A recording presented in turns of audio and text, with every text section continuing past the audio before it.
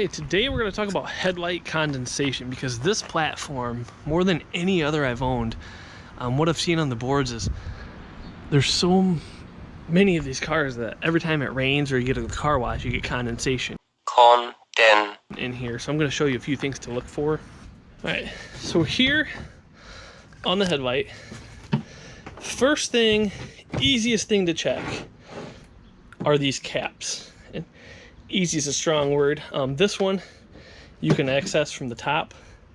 Take it off. There's a little rubber seal in there. Just kind of go around, make sure the whole seal is connected. That's for your blinker. This one is for your headlight. In the car, it's actually pretty hard to reach. Impossible, some might say. Do the same thing. Check it. Make note of the tabs. And when you're putting it on, you can have it like halfway on, it'll actually stay. It could vibrate off. You'll kind of feel it seat into place. Another thing to check is the headlight, if the ballast for the headlight or the, I'm going to call this the LED driver, have ever been replaced and not seated properly.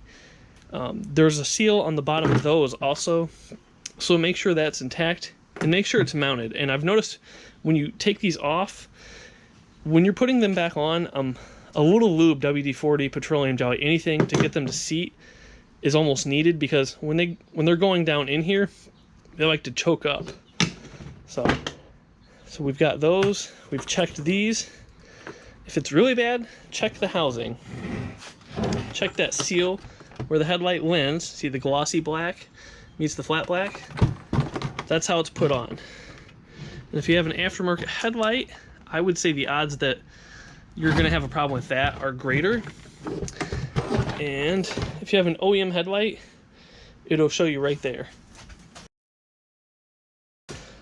Okay.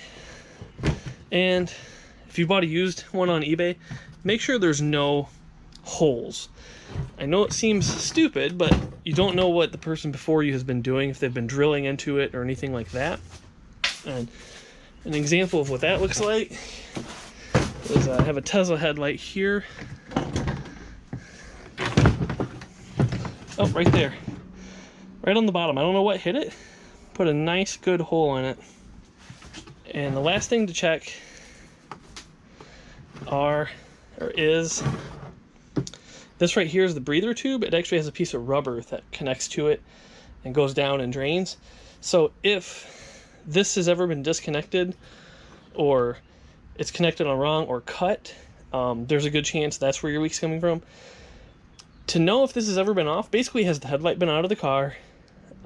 Has your car ever been in service mode?